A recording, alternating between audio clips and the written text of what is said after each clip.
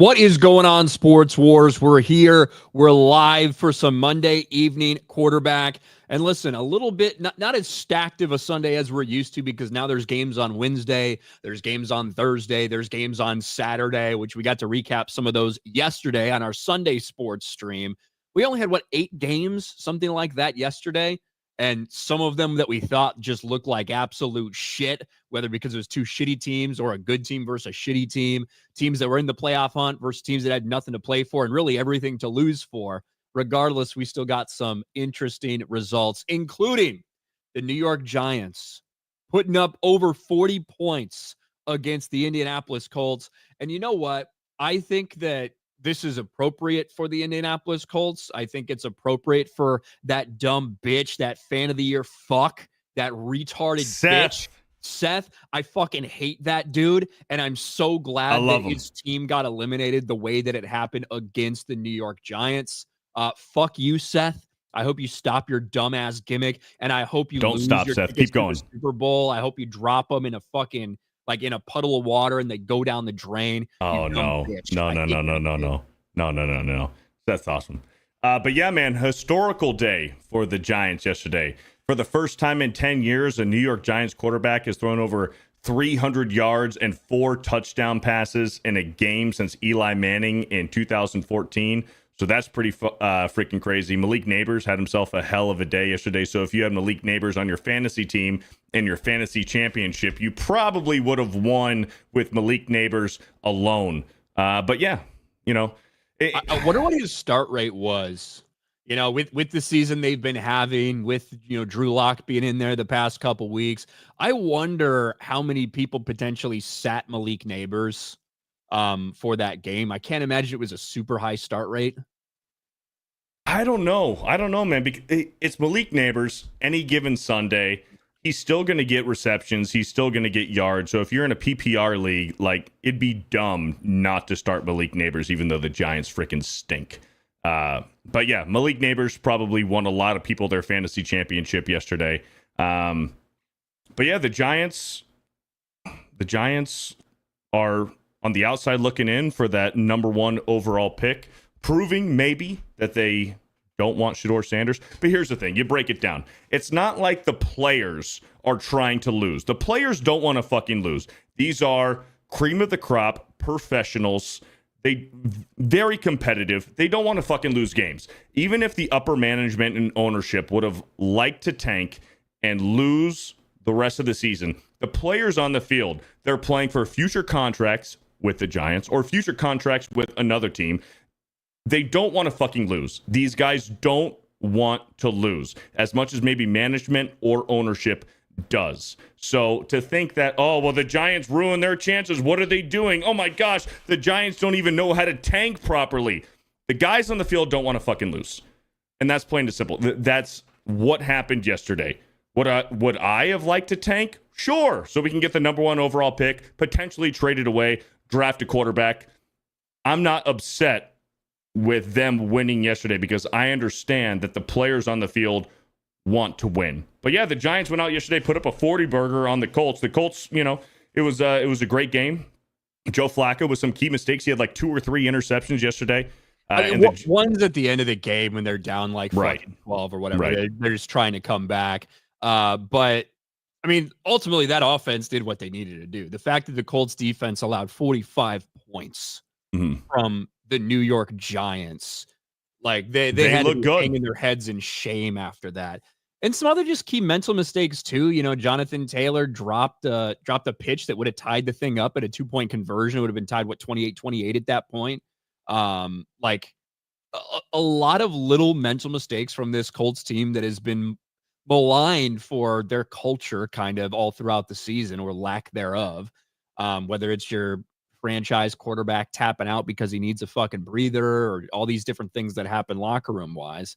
And yeah, dude, the Giants saved their best game for week 17. Yeah. And certainly a lot of players there, they're playing for spots either on this team or on another team. Correct. Brian Daboll doesn't give a fuck about tanking. Brian Daboll knows he's getting like Dable's probably getting fired at the end of the season. I don't think so. I don't think so. I don't think so. I think Joe Schoen is going to talk his way to John Mara and give him another year to draft their guy, because that's going to be the argument with Joe Schoen and Brian Dable, that they never drafted their guy, because this is leftovers from Dave Gettleman with Daniel Jones and Saquon Barkley. That's their leftovers. I think that Joe Schoen is going to talk John Mara and convince him, give them one more year to draft their guy, which I don't think that their guy, I don't think the Giants' guy is in this year's draft, but I don't think that they're going to get fired. Although I want them to. I want them to get fired. I would like a new regime there in New York. I don't think so. And I see chat saying Beardo coping. I'm not coping about anything. I'm not coping about... The Giants fucking stink. I think I've made that clear. The Giants fucking stink. They suck. They're terrible. Drew Lock is not a franchise quarterback. They're fucking awful. But they did play really good yesterday, and they did right now, if the season ended today, lost the number 1 overall pick. They're still next week. They play the Philadelphia Eagles in Philly? No. It's actually in New York. Sorry. No, it's in New York. It's in Philly, right? Because Saquon already came back to New York. That's right. It is in Philly. You're right. Yeah, it is in Philly. It is in Philly. So Saquon has the opportunity to get the single season rushing record against New York in Philly. But we'll see, because the Patriots play the Bills next week.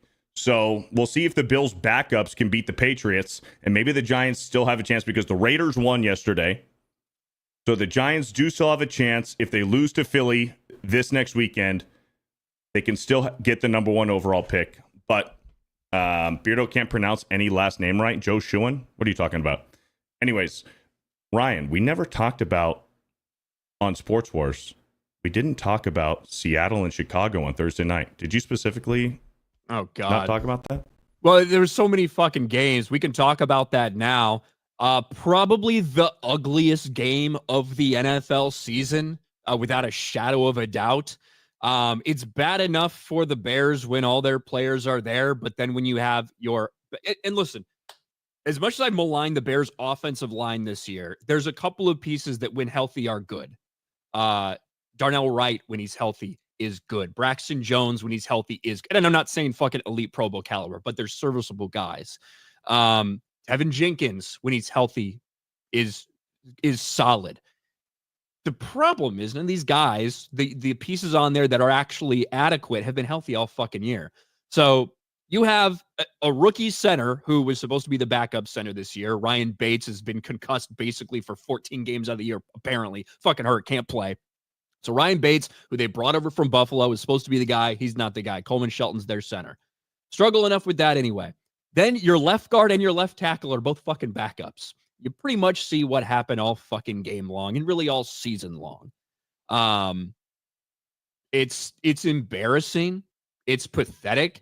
And then again, I hesitate to put too much of this on fucking Thomas, not Thomas Jones. What's his fucking name? Thomas Brown. I was going back to Thomas Jones, the running back. I hesitate to put like too much of this on him, but some of because he never thought he was going to have this fucking job. The dude was passing game coordinator, then offensive coordinator, then head coach in a span of 2.5 weeks. But obviously the team is not ready. The culture is abysmal. And Ryan Poles probably doesn't deserve to have his job with the decisions he made in the offseason by not showing up the offensive line. They are the second least paid offensive line in the entire fucking league. And even those guys are injured and there's no depth for them, despite the fact that multiple people, including guys that went to Carolina, are playing well this year, would have been willing to come to Chicago. It's fucking embarrassing.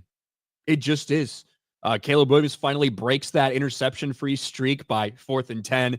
Fucking pass rush completely, just tosses it up to try to have a hope at the end of the game.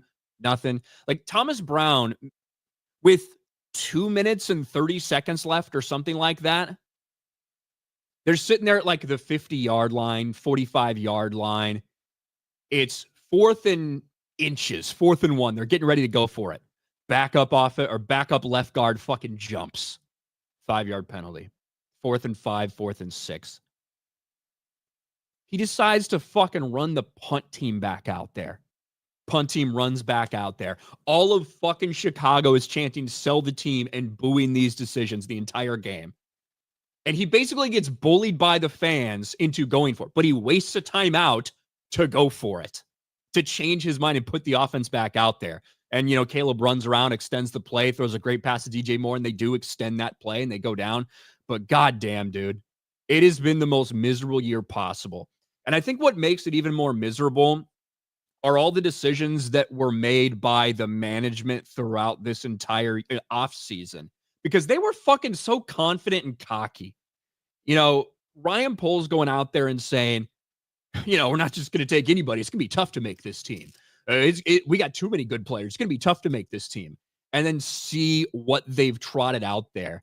And it's a culmination of issues because the offensive line could have, if everything had gone right, if Bates has played for more than 3 games this season, if Jenkins is healthy, if Darnell Wright's healthy, if Braxton Jones is healthy all season, I think you could have had like an average offensive line, looking at a lot of those guys. Certainly that wasn't the case. So they can't run the ball up the middle.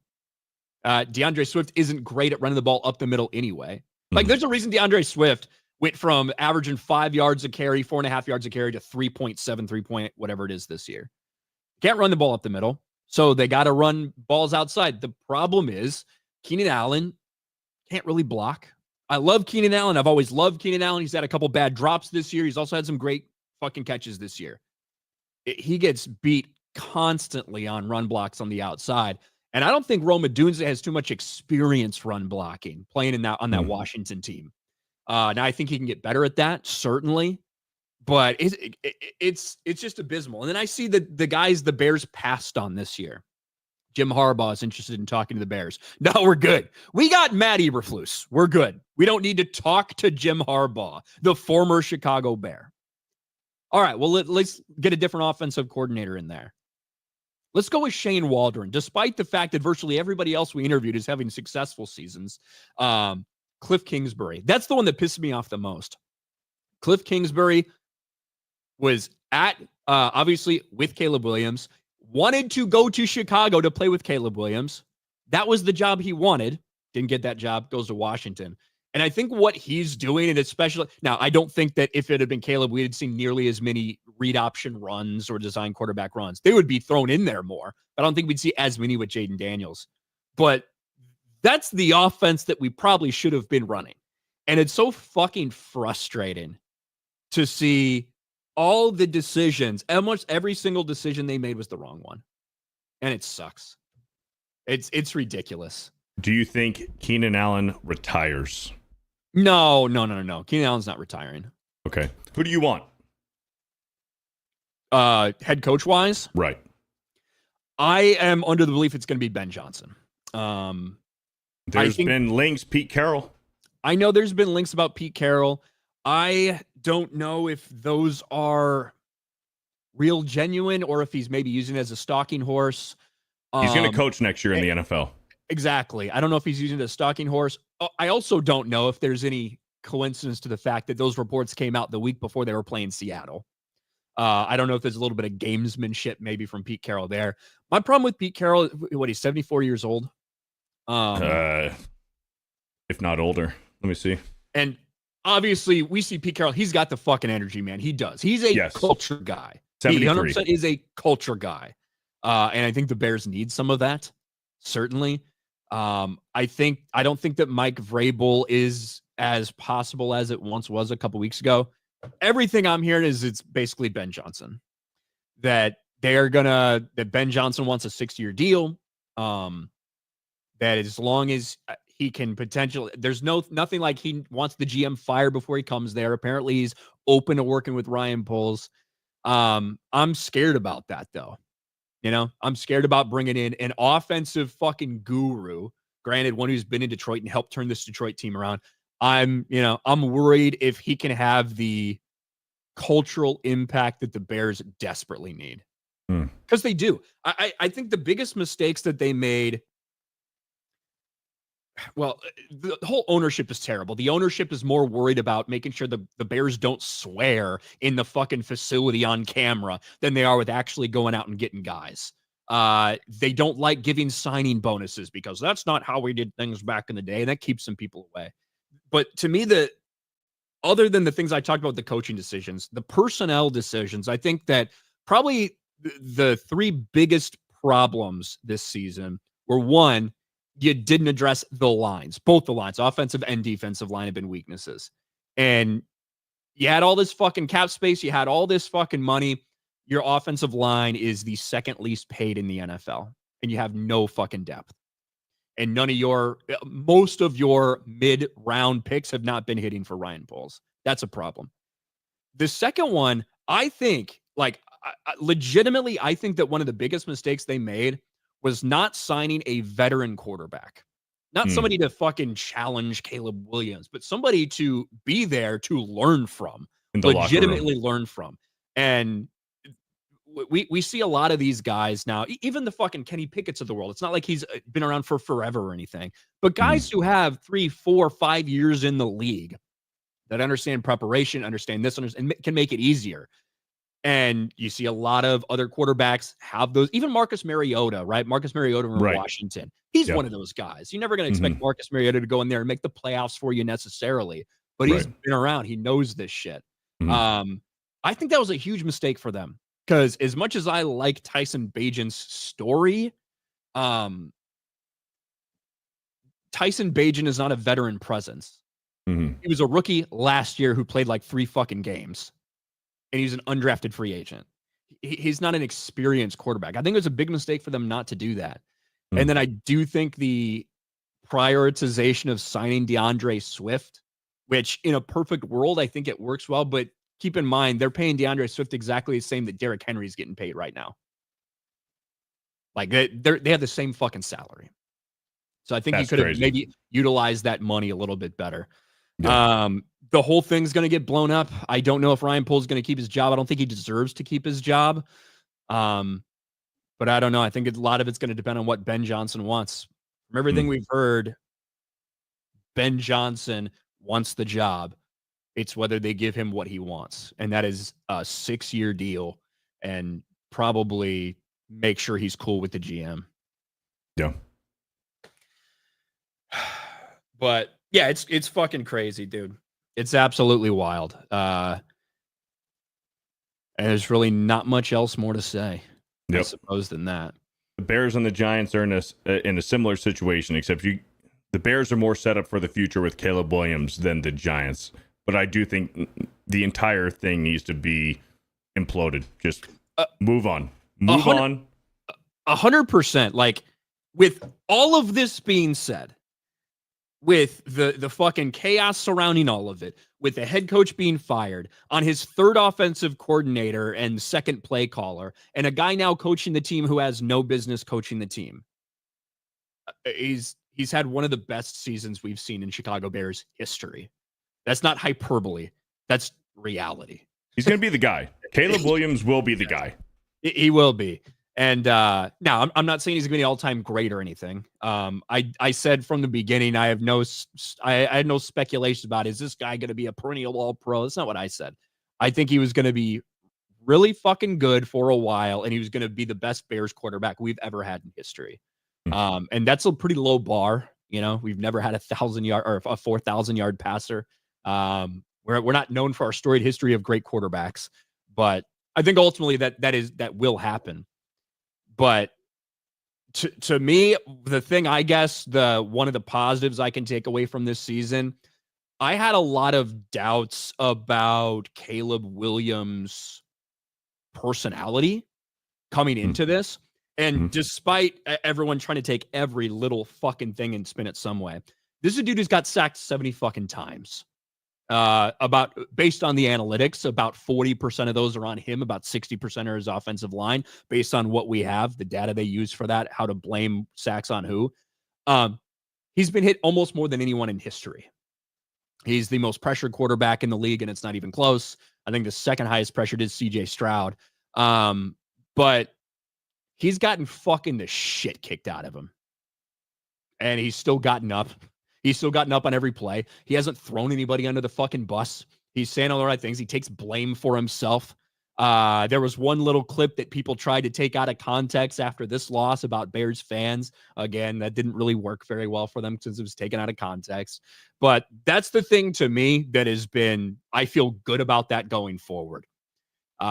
Because it is not easy losing 10 fucking games in a row. It's not easy having a head coach fired, offensive coordinator fired, taking 70 fucking sacks. But I felt good about him getting up and not quitting and not going out there and fucking saying the wrong thing in front of the cameras. He's been 100% solid with all of that. And that's one of the questions I had going into the season when we drafted him. Right. So, excuse me. So, yeah, I'm not worried about that at all. I was worried, legitimately worried that this dude, whether it's the fucking fingernail painting, whether it's the one time he had with his mom, that he was just going to be soft as shit. He's not. He's not. Right. Yeah. He has taken a fucking beating. And he keeps on going. Yep. Not fucking complaining. They had one after he took a fucking shot and had the wind knocked out of him. They have one fucking thing after he gets back to the side and he's kind of like leaning over trying to catch his breath and like, oh, I don't know about that. Fucking Jaden Daniels in week 4 sitting there fucking crying with his, when he got hit and his fucking rib had a problem. Oh, no worries about that. Don't take that to the blue tent. But this one, leaning over for 2 seconds. Oh my God. And Jaden Daniels sat out the rest of the game. Yeah, he did. After that happened. Did he miss that one start? Or no? I don't know if he missed the next week or if that was something different when Mariota had that one start. But yeah, he took the one shot to the ribs and missed the rest of the game, and might have been something else when Mariota got the start. I can't fully remember. But let's catch up on some of these chats and let's get into the games that actually happened yesterday. Yeah. I didn't even plan to talk about the Bears, to be honest. My bad. With you. David Cushmore for 5. Can the Vikings beat Detroit this Sunday and be a 1 seed, or end up losing, be a 5 seed instead? Any given Sunday, man. That basically is like the setup. Yep. One of these teams is going to be the 5 seed, the Vikings or the Lions. And I don't even know if it matters if the Lions lose tonight. I think that still the Vikings would have to beat them to win the NFC North. Even if the Lions lose tonight, the Vikings still have to win next week to take the NFC North. It certainly can't happen though. Vikings can beat anybody. Yep. But man, if the Lions end up a 5 seed, it's going to feel crazy. Eric K for 2. Why are the Raiders winning? Aiden O'Connell's back, baby. Aiden O'Connell's back. Good for Beardo's Giants and Ryan's Bears. Always blow like the Windy City. Thank you, Matt Stranger. Thank you, Matt. Chris Coran for 2. Beardo needs a chef hat to get baking MVP. I got a Bucks hat. It says chef hat. Did I say Bucks? Beardo needs a chef hat to get baking MVP. Hey, listen. If the Bucks had 11, 12 wins, Baker would be right up there in the MVP conversation. 100%. It's same thing with Joe Burrow, right? Yep. Baker Mayfield kind of in that same category. If that team was fighting for one of these top 2 seeds or whatever, 100% he'd be in the MVP conversation. I thought he was going to be earlier in the season before Chris Godwin went down, before Mike Evans took an extended absence because of that hamstring. Yep. Matt Stranger becomes a member. Thank you, Matt Stranger. All right. Let's get into these games. There was some interesting results. Now, the Jets and the Bills. Aaron Rodgers apparently felt the game was going so poorly he needed to take himself out of the game. He suggested to the coach that Tyrod Taylor get a chance because this game was going so bad at one point in time. It was 33-0. Josh Allen, I think, only played like 2/3 of this game. Mitch Trubisky was in certainly early in the fourth quarter. Josh Allen, not spectacular numbers or anything, but when he was in, they scored. He had a rushing touchdown. He had 2 passing touchdowns, and then they took him out of the game when it was out of hand. If it was me, I'd say, hey, coach, let me be in here. Let me get some of these cheap fucking touchdowns for my MVP conversation. But it certainly wasn't needed. Aaron Rodgers, 112 yards passing, 2 picks. Yeah, not good. And we saw the writing on the wall with this one. The Bills are just exponentially good, and the Jets are exponentially bad. And yeah, you could have seen Josh Allen in there trying to pad the stats for the MVP conversation. I think that he's already got it locked up, but still a great performance for Josh Allen and the Bills yesterday. Not fighting. They're not in the contention for the number 1 seed, but definitely want to keep that momentum going into the playoffs. So I think we all kind of predicted this one correctly. Yeah, I would have been shocked if the Jets were able to beat the Bills. That would have been absolutely stunning. But yeah, Josh Allen has a rushing touchdown, 2 passing touchdowns. Even my man, where is he? Here it is. See, again, Josh Allen didn't even play in the fourth quarter. You had Shavers, Tyrell Shavers, 69-yard pass from Mitch Trubisky. The GOAT. Mitch Trubisky, the GOAT, man. Back in Buffalo. So he's been a good backup there in Buffalo. I think this is his second stint in Buffalo. So, I mean, he doesn't usually have to come into the game for too many reasons. Josh Allen probably gets more concussions than Tua. It just doesn't seem to affect Josh Allen. Yeah. Josh Allen just shakes it off. He just shakes it off. No big deal. Pretty much.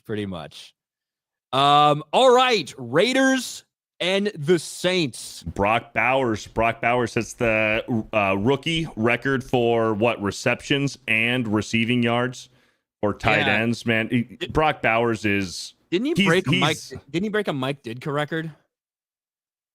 No, I'm not sure about that, but probably. If you're saying it's probably true, but Brock Bowers, he's the best tight end in the league. There's not a better tight end than him, at least this season. He's so fucking good, man. He's going to be a generational talent. Probably, if he avoids injury, he's going to be a Hall of Famer one day. Dude is so fucking good. Yeah, it was Mike Ditka's. It was fucking Mike Ditka's 63-year-old records that Brock Bowers fucking broke, which is good for him. Absolutely insane. 63-year-old record by the great Mike Ditka. Good for him. Brock Bowers, Jaden Daniels is going to win offensive rookie of the year. There's no doubt about it. And I think he's deserving of it. In another year where maybe we didn't have such good performances from some rookie quarterbacks, Brock Bowers has to have some consideration. Like with the season that he's having, albeit the Raiders are a fucking awful team. Yeah. And he did that with 3 different quarterbacks, with Minshew, with Aiden O'Connell, and with Desmond Ridder, with 3 different quarterbacks putting up those kind of numbers. Now, his receiving touchdowns don't reflect his excellence that he's had this season. He's put up the yards. He's put the Raiders in position. He's got the receptions for it. Dude is a generational talent at tight end, man. I'm excited for the future for Brock Bowers. He's fucking great. Yeah, he absolutely is. And yeah, so for the record, he because I think it was like 104, 103 catches, and also just over 1,000 receiving yards. Those were the tight end records for the past 63 years that Brock Bowers broke during this game. He also, I think, broke Puka Nakua's record from last year for rookie receptions, which is, again, crazy. This is the game. We talked about this one a little bit. Colts, Giants. The fact that the Colts came out the way that they did is crazy. The Colts had everything to play for, to stay alive. All the Colts had to do was beat the Giants and the Jags. I believe their next game is the Jags, right? And, hope that Denver maybe loses to Kansas City or whatever, right? But, that's something that should be pretty easy to do. And they can't get it done. Man, this is like the first home game you guys have won in a while. More passing touchdown you guys have seen at home in a while. Yeah. This passing was touchdowns for Drew Lock. And he had a rushing touchdown as well, right? Correct. Yes, he did. Late in the fourth quarter. This was this was the first Giants win at home this year. I believe that Drew Lock had the first passing touchdown at home this year. And this is the first time in 10 years since Eli Manning where we've had a quarterback pass for 300 yards and 4 touchdown passes as a New York Giant. 0 mistakes, no interceptions, no turnovers. They played good yesterday. I'm not coping. The Giants still fucking suck. but maybe the Colts do too. And this is a departure from what we've seen Joe Flacco do last year with the Browns, where they made that playoff push late last year. Joe Flacco hasn't played up to standard where we saw him with the Browns last year. I think Joe Flacco is now 1-6 with the Colts this year, or 1-5. Listen, and like I said earlier, the players don't want to fucking lose. The players don't want to lose. The players aren't trying to tank. The players want to win. They want to play good. And simply, that's what we saw from the Giants yesterday. Look, Joe Flacco played easily well enough for this team to fucking win. Sure, yeah. Like, he easily played well enough for this team to win. He had one bad pick very early in the game. That second one, like I said, is at the complete end of the game when they're desperately trying to come back and need to get down the field. I don't really care too much about that one. But, I mean, this is a team that put up fucking 446 yards. Right. They had more yards than the New York Giants, also had more turnovers. But, like, to me, this is on the Indianapolis Colts defense. We haven't seen anything like this all year from the New York Giants, especially not from Drew Lock. We haven't seen anything like this in the past 6 or 7 years from the Giants. This was the best the Giants have played almost in the past decade. Yeah, since Eli. Yep. Since Eli Manning. So I think a lot of that has to go on that Colts defense. You score 33 against the Giants, you're expecting to win. Correct. But congrats, New York Giants, no longer holders of that first overall pick. Maybe executives not too happy about that, but I'm sure the players are. The Indianapolis Colts, that's your season. It's over. They're It's done. Yep. It's fucking done. Yep. And I don't know what their plans are for next year. I don't know. I don't think they're moving off Steichen. I don't think they're moving off Anthony Richardson. I don't know what the future really holds for this team. I know it's a fan base that is frustrated. Pat McAfee went off on them. He's been kind of going off on them all year. The Colts kind of turned on Pat McAfee, who's been a big, obviously, supporter of the team since he was there. And he fucking went scorched earth on them after they finally got eliminated, because he gave a lot of warnings about some of these players as well. A lot of people weren't happy with it. Yeah, Pat McAfee. Well, listen, about halfway through the season, I think it was around that Anthony Richardson tap out point. Pat McAfee went off on the Colts as an organization and talked about their culture and talked about their work ethic and talked about how fucking sad and pathetic it is for a franchise quarterback to ask to be out of the game because he's fucking tired and all that shit, right? And the Colts stood up for their team and their organization, their locker room, and they kind of pushed back on Pat McAfee. And Pat McAfee said, "Fine, fuck you. I'm here to fucking help this organization for this city that I fucking care about, that I live in, that I built my business in, all this shit." And finally, when they got eliminated, he came out yesterday. He came out yesterday with a diatribe on Twitter, and then he talked about it a lot today.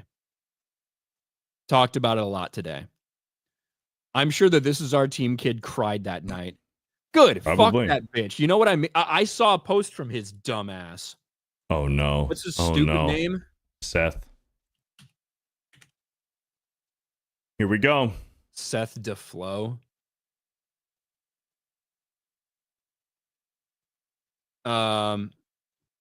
Zeke said Colts or Giants are drafting Quinn Ewers. Not if he doesn't declare. It sounds like Quinn Ewers wants to go back to Texas next year, so we'll see. This is all he posted. That's it. Post right before this. So because Bengals won, we have a shot at playoffs. Bengals win, we're still hanging on. Sorry, Seth. Fuck you, Seth. This guy's right, though. It's your Colts, though. It's your team, though. You bleed blue. It's your Colts. And whether win or lose, you love them, though. I thought it's for the shoe. Yeah. Hold on. Whatever. He actually might. I don't believe he's retarded. I think he's pretending to be retarded. Didn't the Giants trade Barkley for a third round? No, he was a free agent, and he signed in free agency, so the Giants didn't get anything for Saquon. They were trying to. There were in discussions to possibly trade him last season, right? And that was kind of a whole thing, whole big deal for them. But yeah, I mean, look, You have a couple of these guys, specifically Josh Jacobs, Derrick Henry, and Saquon, high quality running backs who left their losing teams to go to teams that were pre-established and have fucking solid offensive lines. More so for the Eagles and the Ravens than necessarily the Packers, but still the Packers qualifies. And like they're fucking blowing up. Absolutely blowing up. Their seasons are insane. Yep. Kenny Curvecock over on Rumble for $3. Not saying he should win it, but I think Sam Darnold should be in the discussion for MVP as well. I agree. Sam Darnold has like 35 or 36 touchdowns, like 12, 13, maybe 14 picks, something like that. And the Minnesota Vikings they're a 2-loss team. It's crazy what Sam Darnold has done. Mm-hmm. It absolutely is. And we didn't expect him to even play this year. We thought it was going to be JJ McCarthy. Right. Yep. He ends up fucking blowing out his knee or whatever in training camp. And I think it was a lingering knee injury that he got when he was in Michigan. And the Vikings, they dropped one to the Lions at home in Minnesota and then went to LA and lost to the Rams. That was back-to-back. They had back-to-back losses week 5 and week 6. Week 6 and week 7. And have gone undefeated since. Yeah. Oh, because remember, they started the season, we're like, holy shit, this might be the best fucking team in the NFL. Then they lost those two. And they dropped 2. Not great. And we're like, okay, maybe they're coming back to earth. And then they've been sneaky. They've been sneaky since, and now they're like, shit. This Vikings team is for real. There are some of these games where they're sneaking by a little bit. Yeah. Yep. You know, not necessarily the most dominative wins in some cases. We obviously saw them go to overtime with the Chicago Bears, things like that. But yeah, and then this game, fucking Packers almost came back to beat them in this game. Yeah. Yep. And we're might as well talk about that one. Where the fuck did it go? Here it is. Still had that dumbass retard Colts fans thing up. Yeah, we're on. Well, if you want to jump to that one, we can. Yeah, we might as well jump to that one. This was in the afternoon. Packers Vikings. And, Vikings started off hot, and the Packers had to kind of mount a comeback as they were going. Overall, it felt like the Vikings dominated, but they did let the Packers back in towards the end. Right. That's the way the game felt. And you could see Sam Darnold, almost 400 yards and 3 touchdowns. Did he have a pick in there? He did have 1 pick, yeah. Uh-huh. And Jordan Love, not super effective. Josh Jacobs, not super effective either. Mm-hmm. And yeah, man, Minnesota fucking Vikings. Look at the yardage difference there, 441 to 271. So they did dominate. 35 time total possession. Mm-hmm. Let the Packers back in. I think they scored with like 2 minutes left, but obviously they weren't able to get the ball back. Yeah, 2 minutes, 18 seconds. Yeah, and I believe they went for a 2-point conversion later, and they got it towards the end of regulation. Yeah, this one right here, yeah. Right. Yeah, that one to make it 18 to 29. Yeah, towards the end of the game, not enough time left on the clock. The Packers were looking to stop them, burning their timeouts, but the Vikings with a crucial first down conversion, and they were able to burn out the clock from there. But the Packers, they had a shot, and they definitely tried to. They tried their best, but with that first down conversion later in the fourth quarter. Yeah, but Sam Darnold absolutely deserves a ton of praise. And now the question is, what's that? No, I'm agreeing with you. Oh, sorry. And now the question is, what do you do if you're the Vikings? Because I've been saying it since the beginning. I think at this point you see the level of play that you have from Sam Darnold, and you've seen this happen before with certain franchises where you draft your guy for the future. And you bring a guy in from free agency, and this guy's performing. So what do? You keep the guy you drafted on the bench. I think that the Vikings are forced, especially if the Vikings make it to, let's say, the NFC Championship game. You have to sign Sam Darnold. You have to, or else. I think the question is, how much is it going to take to sign him? Yeah, if there's going to be other organizations that are looking to sign Sam Darnold as well, the 49ers. Maybe in the market to get Sam Darnold. The New York Jets. There's going to be tons of teams who are looking at Sam Darnold. It's like, Is this the Bro, quarterback of the imagine if he future? goes back to he's not going back to the Jets, dude. I've seen some leaks, some reports. Maybe the Jets are going to be interested in Sam Darnold. I think this is the right fit at the right time for Sam Darnold. You know what I I'm think saying? he probably has nothing but love for Kevin O'Connell after helping to make 100%. this his career. So I think personally that Sam Darnold will want to stay in Minnesota. Agreed. I think Sam Darnold wants to stay in Minnesota. I think that the Vikings front office wants to extend him too.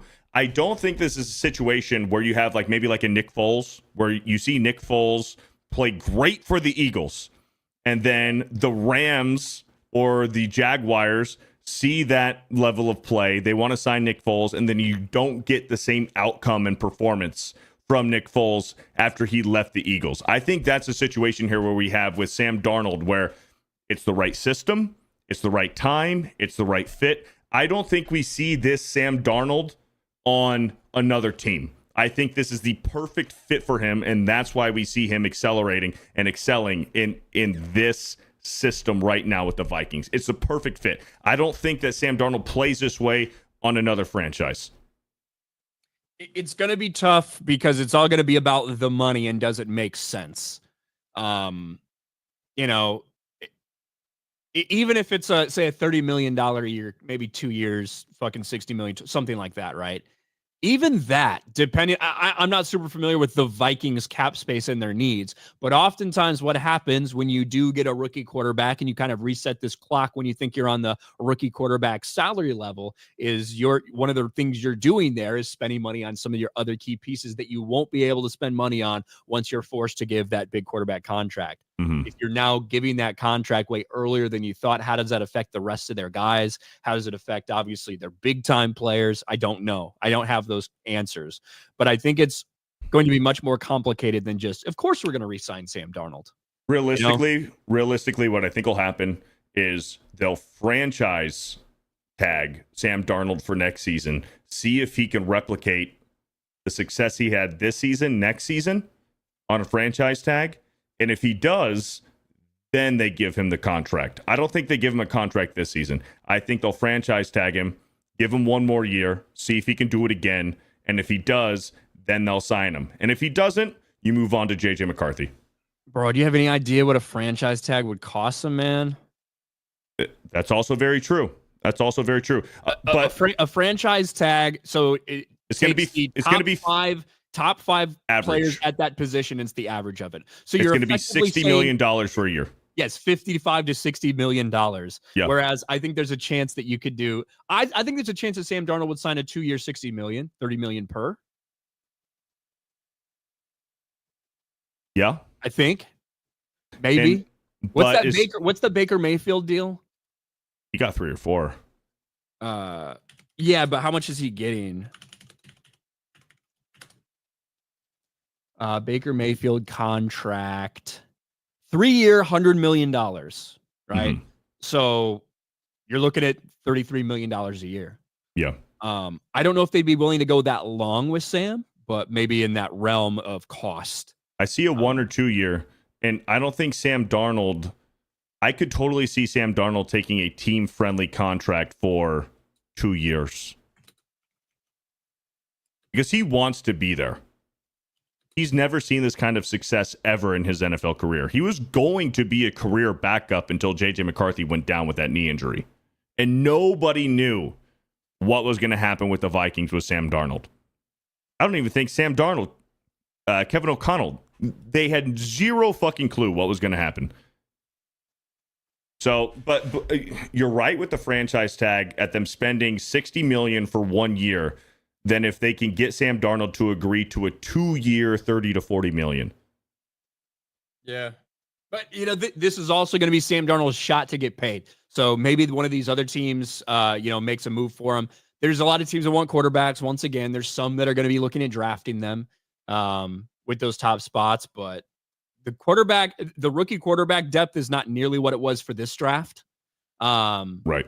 You've basically got Shedeur Sanders and Cam Ward. Mm-hmm. And then you've got the Quinn Ewers, Jalen Milrose of the world, which I don't think are going to be viewed in the same level as some of these other guys like like Drake May or Bo Nix be on the top 2 picks, you know? Mm-hmm. So I don't know. Let's move on We'll to the see. next one, though. Speaking of teams that need a quarterback, Titans. Yeah. The Titans, who now hold the number 2 spot as we currently speak, they did their job and lost to the Jaguars. The Jaguars, Mac Jones, after I bet against him last week, or after I bet on him last week and then said, fuck you, Mac Jones, you let me down, they went ahead and won this week. Yeah. So I don't know what to think about this terrible Jacksonville team, other than the fact that Brian Thomas Jr. is really fucking good, and basically if a wide receiver went to LSU, you should get them on your team. I think that much is pretty much guaranteed at this point. And but Doug Peterson is coaching for his job. What's the difference if they finish 5-12 versus 3-14? Well, I think at this point, if they go 5-12, I think Doug Peterson keeps his job. Well, and why, I think he though? deserves to. I think he deserves to. I don't think Doug Peterson deserves to be fired.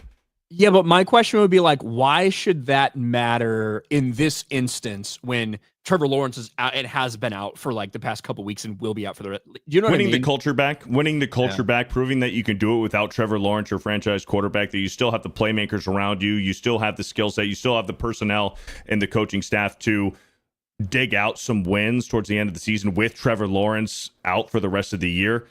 Doug Peterson is coaching for his job.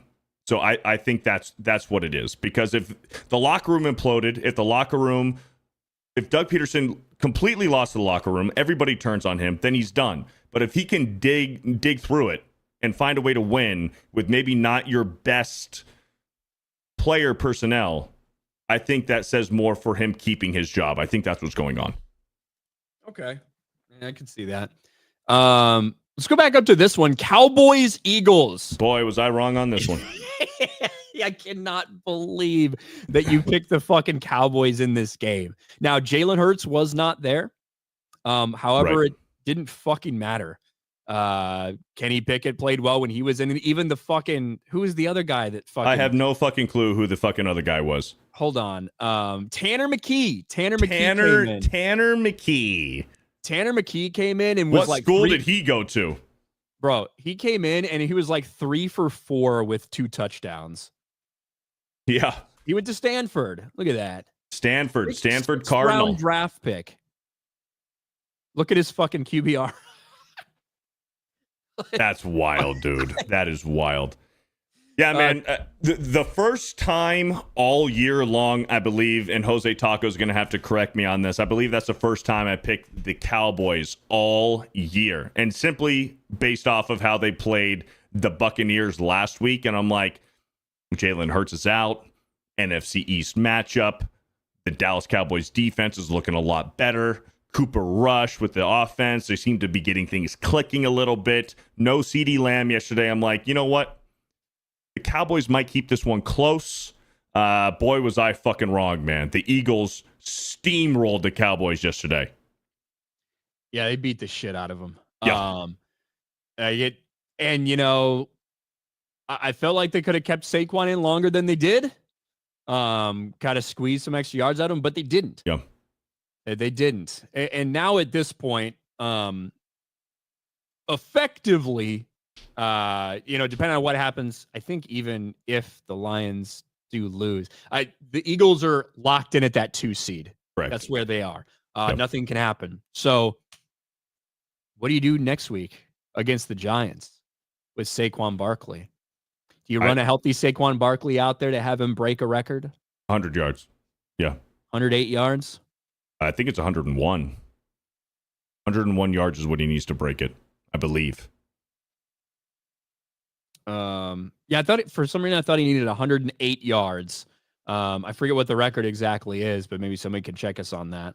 But anyways, I think way, that a little over 100 yards. Right, a little over 100 yards. I think that the Eagles still sit Jalen Hurts next week because what's the point? You're locked in that 2 seed. Get Jalen Hurts healthy for the playoffs. I do think that they try to get Saquon the record, and then once he gets it, you put him on the bench. Who knows if the Eagles are going to try to purposely lose to the Giants so that the Giants continue to worsen their draft stock, their draft pick stock there? I don't think that that's in the Eagles' mind. Dude, do you remember? Do you remember it was Doug Peterson's last year with the Eagles? And they purposely lost to the Giants the last week of the season to ruin the Giants' chances of, or ruin the Giants' draft pick. The Eagles have done this before. What was their draft pick supposed to be? I don't remember this one. I don't remember. I listen. If it was, hey, we lose to this team and our fucking rivals, don't make the playoffs or whatever because of strength of schedule bullshit. Like that's one thing that I feel like I can see or maybe even remember. But you're telling me it only had to do with draft pick and had nothing to do with playoff implications? I can't entirely remember what the actual stakes were, but Doug Peterson purposely lost against the Giants. I do remember that. And that was Doug Peterson's last year with the Eagles. He got fired after that. But they purposely lost to the Giants because it had some kind of implications against the Giants. What was it, just to make their draft stock any better? I can't entirely remember. Anyways. That was Eagles Cowboys. Eagles fucking dominated. Didn't matter who was back there. I'm glad Jalen Hurts is getting paid $60 million a year when Tanner McKee can go back there and fucking throw dimes. Panthers Buccaneers. What a fucking beat down. I was wondering where the Panthers going to keep this kind of close. The Bucs needed to win because obviously Atlanta was in pole position there in the NFC South. That changed after last night. But the Buccaneers desperately needed to win this game. They put a beat down on them. 5 touchdowns from Baker fucking Mayfield. Yeah. Hell of a game yesterday, man. Baker Mayfield, 5 touchdowns. And Baker Mayfield threw the same amount of touchdowns in one game yesterday than Deshaun Watson had all season long this year. There's not much to say about this game except for the Buccaneers. I would not want to play them in the playoffs. I think the Buccaneers can be a scary team in the playoffs. Do you see that duck that came on the field? Yeah, I did. Is it here? I think it's right before this play, right? Where's the duck, though? They showed a fucking duck on the field, and when they went back, the punt was getting blocked already. I guess they don't have that in the fucking highlights, but yeah, Bryce Young, they weren't able to effectively move the ball for a lot of the game, but Bryce Young and Adam Thielen have a really good connection. Yeah, they do. A veteran dude like that, Adam Thielen, it's been different since he came back for Bryce Young. And Bryce Young's looked a lot better after that benching. There's no doubt about that. Yep. This was just, the Buccaneers just laid it on them, dude. Yep. Just laid it on them. This fucking game. Titans, Jaguars, we talked about that. Dolphins, Browns. What a fucking shit game, dude. Shit game. Tyler Huntley played. It was Tyler Huntley versus Dorian Thompson-Robinson. So please, God, I never want to watch that again. Horrible. Why did Tua sit again? What was wrong with Tua? I don't even was this a fucking hand thing for Tua? It can't be a fucking head thing. I was shocked when we found out that Tua wasn't playing. Oh, hip. A fucking hip injury for Tua. His hip, probably on his artificial hip. Probably, maybe. I didn't even know he wasn't going to play in this game when I picked the Miami Dolphins. Yeah. I had no rumblings of Tua not playing. But thank God I picked the Dolphins to win this game. Tyler Huntley played his ass off for him, and they win the game. Mm-hmm. They win the game, and the Dolphins are still alive. Dolphins have to play the Jets. Dolphins have to play the Jets. So that is tough news for the Bengals, right? Well, so we were talking about this. We were talking about this earlier. Go ahead. I might be wrong on this, but if the Dolphins need the Broncos and the Bengals to lose, and they need to win. So I believe that all they need is a Broncos loss. Broncos loss, and they need to win. Correct. Because the Bengals what they needed was they need the fucking Broncos to lose against the Chiefs. They need the Colts. So after they beat them, right? They need the Broncos to lose against the Chiefs. They need the Colts and the Dolphins both to lose one of their last 2 games, and then they need to win their last game. The Bengals are the ones that need all the help. So it's not great news for the Bengals that they play the Jets in that final game. Regardless of whether Tua is back or not, the Jets have pretty much just given up on life at this point. Well, it's an AFC East matchup. The Jets are in the business to ruining the Dolphins season. The Jets don't want to see the Dolphins make the playoffs. They're in their division. So the Jets are going to be playing next week to ruin the Dolphins postseason chances. Yeah, 100%. You never know what can happen, but I certainly would.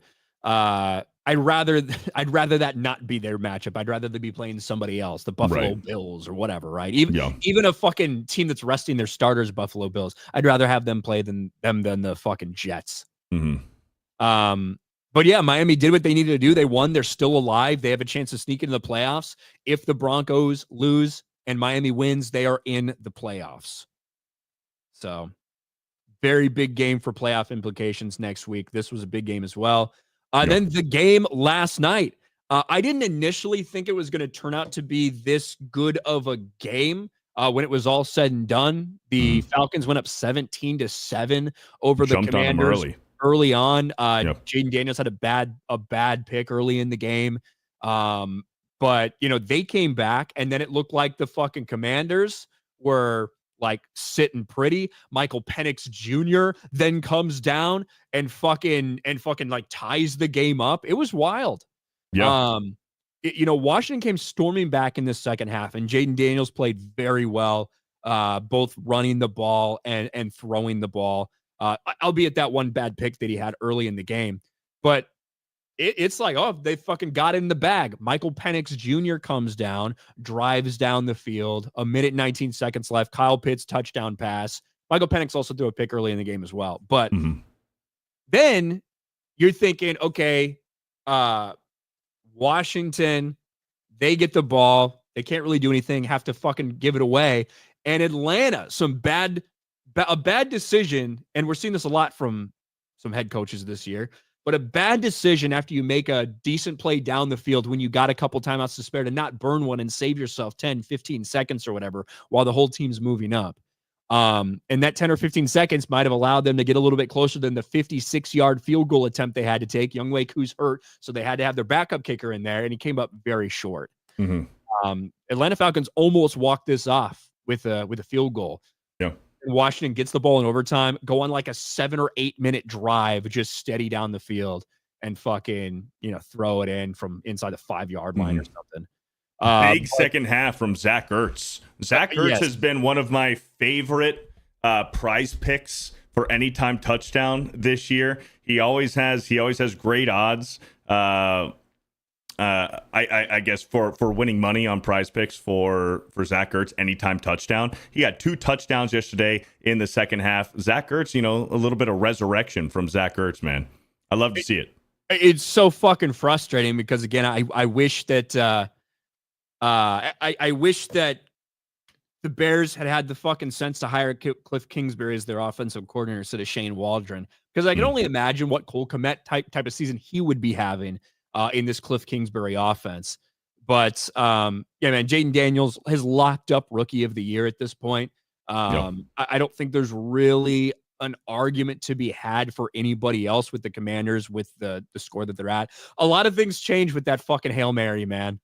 The Bears' entire trajectory for their season changed. I think Washington's also would have been drastically altered if they don't win that game after Caleb Williams marches down the field, puts the Bears in position to win it. And Tyreek Stevenson's dumbass fucking tips that ball up, and it was all said and done there. But this 2 weeks in a row now, Jaden Daniels at the end of the game has gone down and led a game-winning drive. I don't think last week was an overtime against the Eagles, but this one was. This one was against the Atlanta Falcons. Yep. And now, because of that, Tampa Bay controls their own destiny in the NFC South. Yep. And the Falcons desperately needed to win that game. Yes, they did. Yep. And with the Commanders' victory, it solidified a strength of schedule tiebreaker that means the Rams clinched the NFC West. Yep. So a lot of stuff happened, even for teams that we're not necessarily playing. Let's see if we can get to here. Let's go playoffs. The fuck is this? I don't know. Wait, like, hold on. Give me a sec. I'll be right back. This doesn't make any fucking sense at all. There's only 6 teams on there. This makes no fucking sense. Anyway, we can just go to this. Buffalo Bills. So obviously the Chiefs are the number 1 seed. And then we have the Bills as the 2 seed. The Ravens right now, I think, as the 3 seed, the Texans as the 4 seed. And then you're going to have the Pittsburgh Steelers, the Chargers, and as of right now, the Denver Broncos. That could change. That could be the Bengals. That's kind of where it's sitting at right now.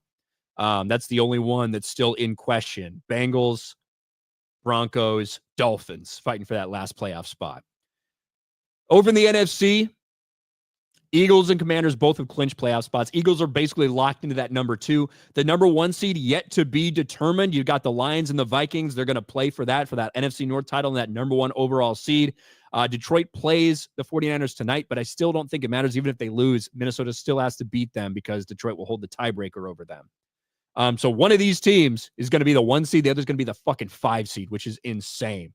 Green Bay Packers have a wild card locked up. Them in Washington, either going to be the 5 and the 6.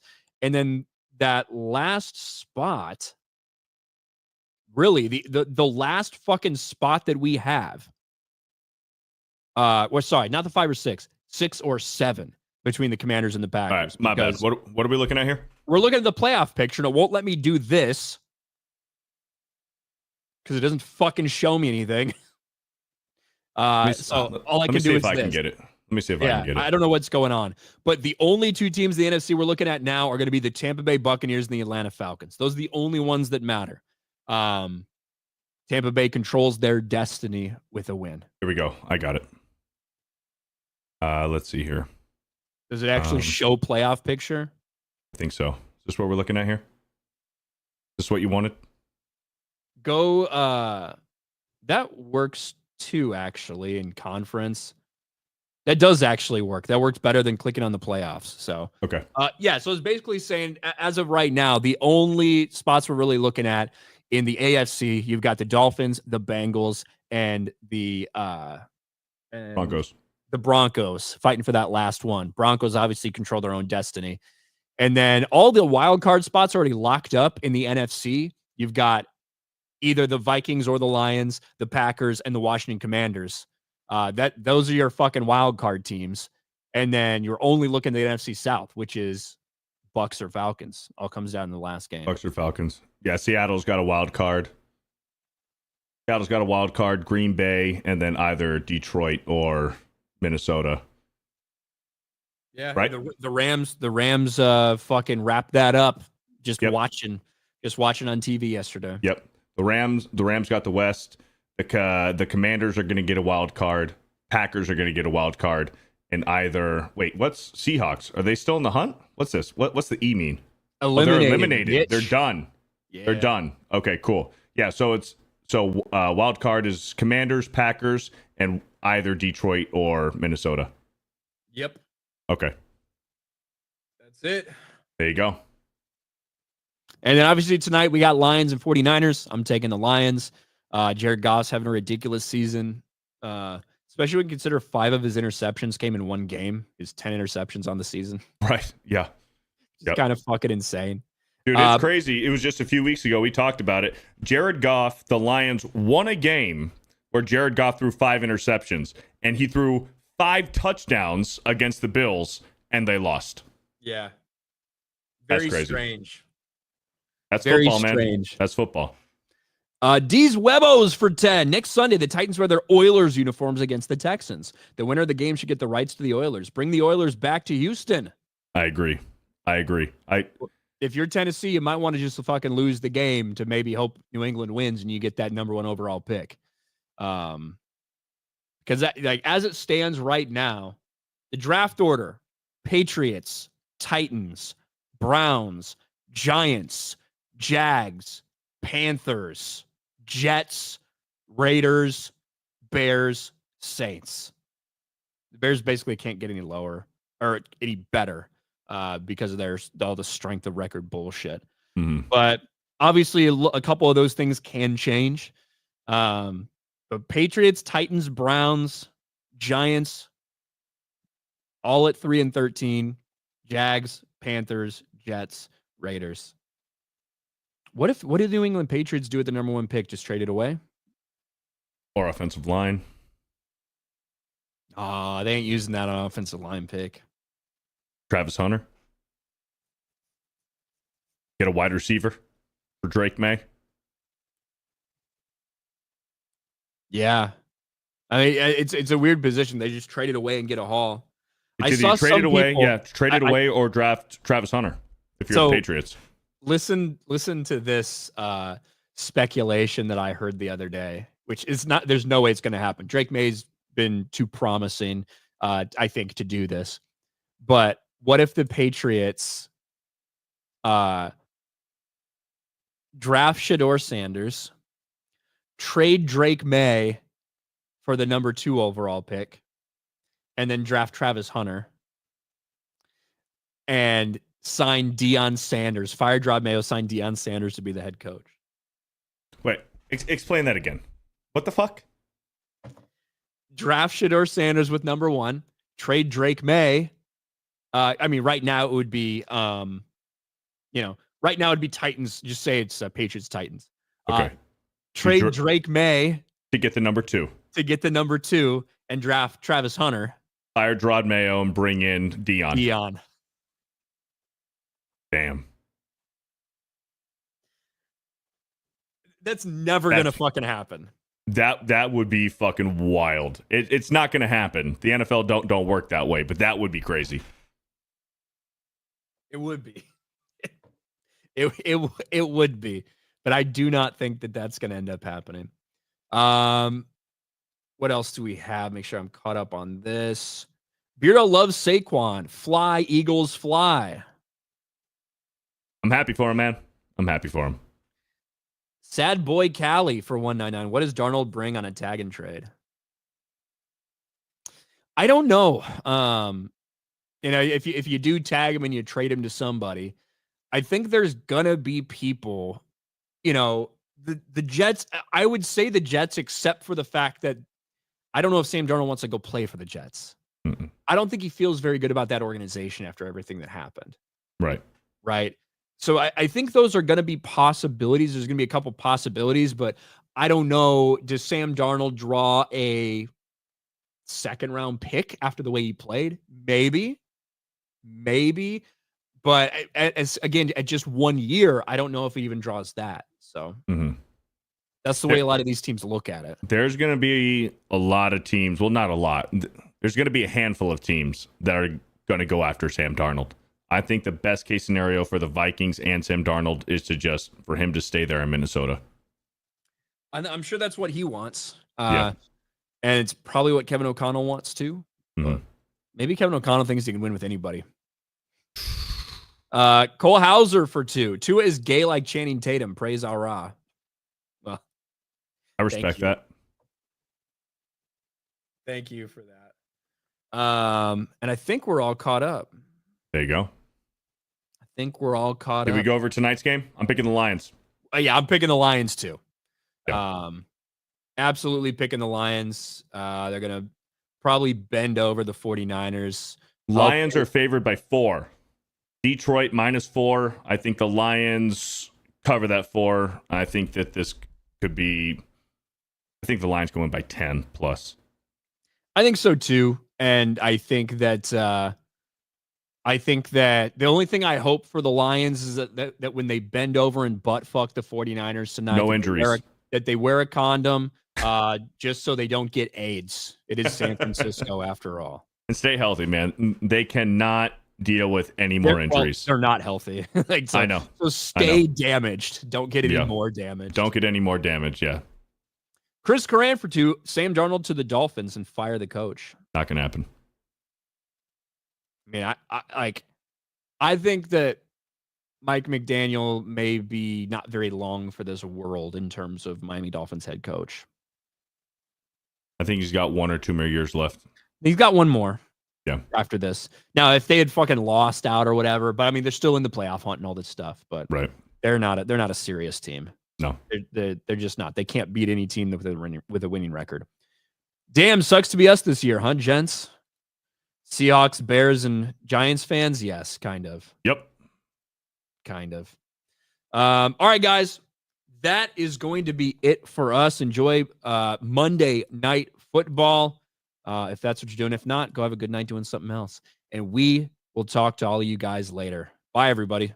Later.